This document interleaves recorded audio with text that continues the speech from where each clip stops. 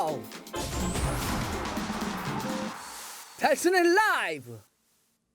첼시에서의 램파드 감독의 시간이 끝나가고 있는 것이 아닌가 싶을 정도로 좀 첼시가 위기 맞았습니다. 쉽지 않네요. 첼시가 램파드 감독 더더욱 쉽지가 않고요. 첼시가 또 졌습니다. 레스터 원정을 갔는데 2골을 내주면서 0대2로 무너졌습니다. 이게 첼시가 이러면 프리미어리그만 따졌을 때 최근 5경기에서 단 1승밖에 없는 겁니다. 1승 1무 3패. 굉장히 좀 저조하죠. 레스터에게 2골차 이상으로 패한 게 몇 년 만일까요, 첼시가? 그러니까 지금 램파드 감독이 첼시에서의 안 좋은 기록들을 다 갈아치우고 있을 정도로 굉장히 어려운 상황인데, 또 하나의 안 좋은 기록을 만든 게 레스터에게 2골차 이상으로 패한 마지막은 2000년입니다. 21년 전. 그러니까 이야기는 21년 만에 첼시가 레스터에게 2골차 이상으로 진 겁니다. 또 하나의 좀 안 좋은 기록이 좀 나온 거죠. 또 레스터를 이끄는 로저스 감독은 그동안 첼시를 상대로 승리를 거둔 적이 없는데 오늘 16경기 만에 첼시를 상대로 첫 승을 거두는 그런 기록도 남겼어요. 그러니까 로저스 감독 입장에서는 정말 지긋지긋했던 그런 징크스를 깬 거지만, 첼시 입장에서는 그동안 로저스 감독에겐 지지 않았는데 이런 걸 또 램파드 감독 체제에서 만들어지는구나 라고 하는 또 안 좋은 기록이 나와버린 거죠. 이러면 첼시가요, 워낙 지금 최근에 프리미어리그에서 승률이 안 좋다 보니까 순위가 8위까지 떨어졌습니다. 웨스트햄이 직전에 이기면서 7위에서 한 계단 내려가지고 첼시가 29점으로 8위까지 내려왔는데, 문제는 뭐냐면 아스날이 지금 10위거든요. 아스날이 10인데 아스날과 첼시의 승점 차가 2점밖에 되지 않습니다. 아스날이 계속 치고 올라오는 흐름이고 첼시는 떨어지는 흐름이니까 이거 이제 2점이면 한 경기로 언제든지 바뀔 수 있다는 거죠. 그러니까 지금 많은 분들이 야, 이거 영원히 바뀌었네. 이제 첼시와 아스날, 램파드와 아르테타 감독이 영혼이 바뀌었다. 입장이 완전히 좀 바뀌어버렸다, 이런 얘기를 합니다. 와, 어떻게 첼시가 이렇게까지 됐을까요? 근데 경기력 자체가 너무 안 좋아요. 경기력 자체가. 오늘 시작하자마자 6분에 코너킥 상황에서 흘러나온 볼 은디디가 왼발로 골대 맞고, 은디디가 이렇게 골을 넣는 선수가 아닌데, 은디디가 올 시즌 첫 번째 골이거든요. 근데 지난 시즌 여러분 기억하세요? 첼시전에서 골 넣은 거? 은디디는 왜 이렇게 첼시를 만나면 골을 잘 냈죠? 그거 시작해서 41분에 레스터의 슈마이켈 쿠퍼가 단 한 번 쳐준 거 땅땅땅 연결되면서 빠르게 돼가지고 메데슨이 또 마무리한 거. 이렇게 이제 2골을 넣은 건데, 사실 이거 말고도 첼시가 경기력과 흐름만 놓고 보면 더 크게 진 경기예요. 전반전 때 바디하고 1대1 있었죠. 후반전 때도 비슷한 1대1 하나 나왔는데 맨디가 잡아낸 거죠. 또 전반전에 골대 하나 맞는 것도 있었죠. 오늘 보니까 첼시의 골키퍼 맨디가 세이브를 4개를 했어요. 빅 세이브를. 이런 거 아니면은 더 크게 무너질 수도 있었던 그런. 그러면 이 경기력이 왜 이렇게 안 나올까? 뭐 선수들 개개인도 얘기할 수 있죠. 이야기할 수 있습니다. 그런데 좀 더 큰 틀로 놓고 보자면 이건 전술의 문제라고 좀 봐야 될 것 같아요. 질서가 없어요. 질서가. 수비할 때도 우왕좌왕. 뭐 이렇게 체계화되어 있는 조직적인 어떤 방어, 전술적인 어떤 방어가 없이 그냥 우당탕탕이야. 수비할 때도. 공격할 때도 마찬가지예요. 공격할 때도 뭐가 이렇게 딱 체계적으로 딱딱딱 만들어져 가지고 공격을 하는 그런 맛이 있어야 되는데 그런 게 없습니다. 오늘 선발 하나 좀 보여드릴게요. 이게 오늘 홈팀 레스터와 원정팀 첼시의 선발 라인업인데, 첼시가 보면 이제 상태가 오늘 이제 부상이었죠. 이런 상태에서 허리 쪽에 이제 하베르츠하고 코바치치, 마운트.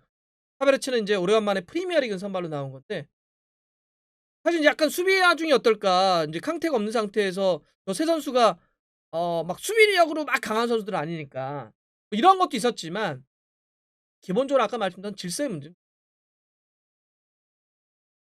수비할 때 어떤 체계, 공격할 때 어떤 체계. 그러니까 경기 딱 끝났을 때 그런 거잖아요. 오늘 뭐 램파드 감독이 공격 작업은 이렇게 했고 수비의 대응은 이렇게 했다. 이런 게 정리가 돼서 머릿속에 딱 나와야 되는데 그런 게 나오질 않아요. 그러니까 오늘 BBC가 실시간 중계하면서 BBC에서 그 분석가로 활동하고 있는 필 맥널티라고 있어요. 이분이 도중에 이렇게 평가를 합니다. 첼시에 대해서. 첼시의 경기력이 이렇게 폭망하는 걸 보면서 오늘 경기 실시간으로 이렇게 딱 표현했어요. 보여드릴 텐데. 첼시에 긴박감이 없다는 게 정말 놀라운 일이다.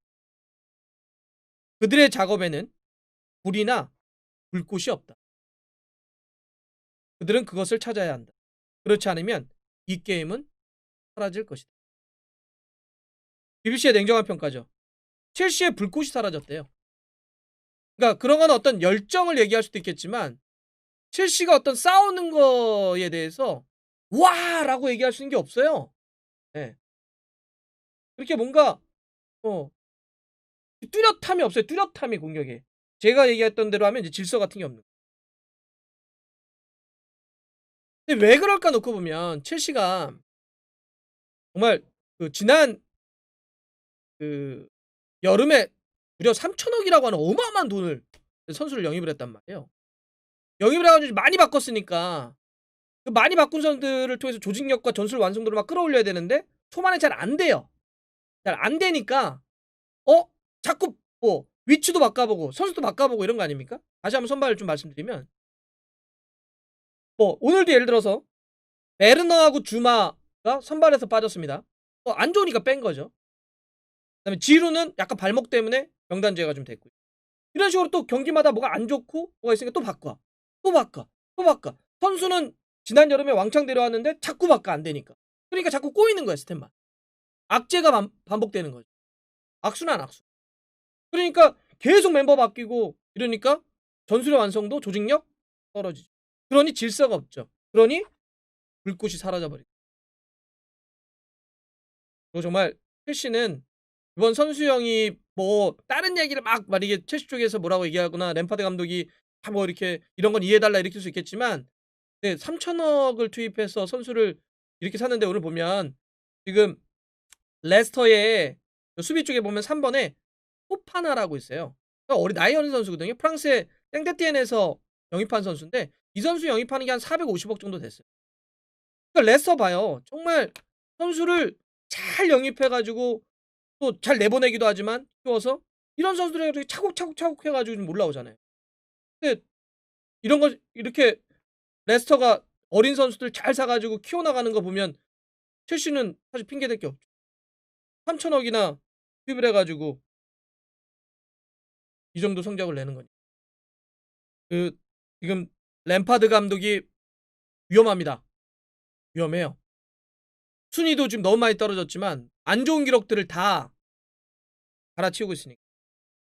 그냥 뭐 이게 상징적으로 로만 체제에서 17년 된 거 아닙니까? 로만 구단주가 와가지고 첼시를 바꿔놓은 게 런던발 러시아 혁명. 그래가지고 정말 첼시를 완전히 바꿔놓은 사람이죠.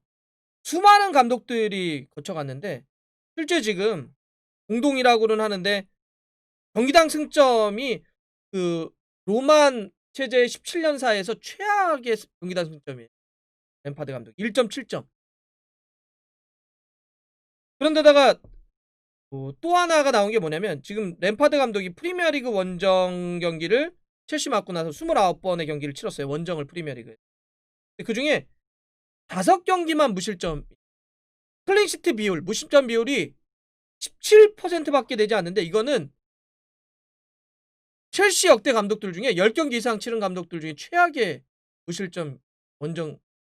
그러니까 이거를 예를 들어서 이제 근래에 최근에 겨울 작전이 열리니까 첼시의 김민재 선수 연결된다든지 첼시 어떤 수비 쪽에 연결되는 선수들이 있긴 있는데 그래서 뭐 선수가 좀 부족하나 수비를 좀 채워야지 이렇게 볼 수도 있겠지만 아까도 얘기했던 것처럼 이거는 어쩔 수 없어. 이 정도면 전술적인 문제, 전술을 담당하는 감독의 문제 얘기될 수밖에 없습니다.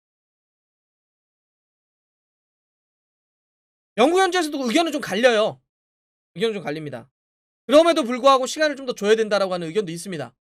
램파드 감독이 첼시의 첼전드이기도 하고 그다음에 아직은 좀 경험이 많은 감독이 아니기 때문에 긴 호흡으로 좀 그럼에도 불구하고 좀 지켜봐줘야 된다라는 데도 있고 또 하나는 바꿔야 된다.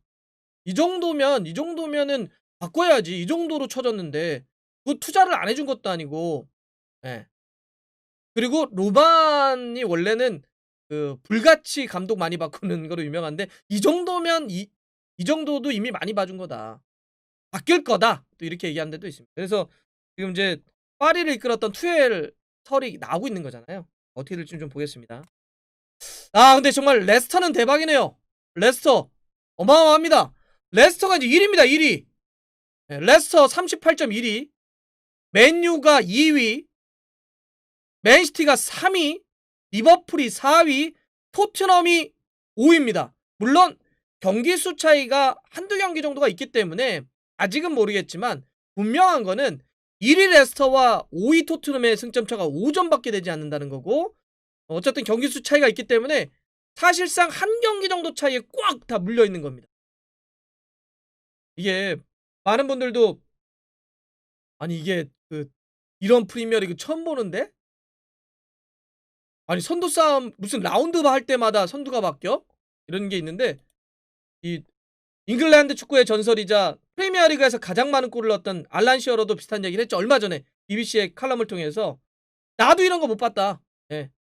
이거 못 봤고 아마도 4팀에서 5팀 정도가 올 시즌은 우승 타이틀 싸움을 할 것 같다. 리버풀, 맨시티, 맨유, 레스터, 토트넘까지도 가능성이 있는 것 같다. 라고 이제 알란 시어러는 얘기를 했는데요.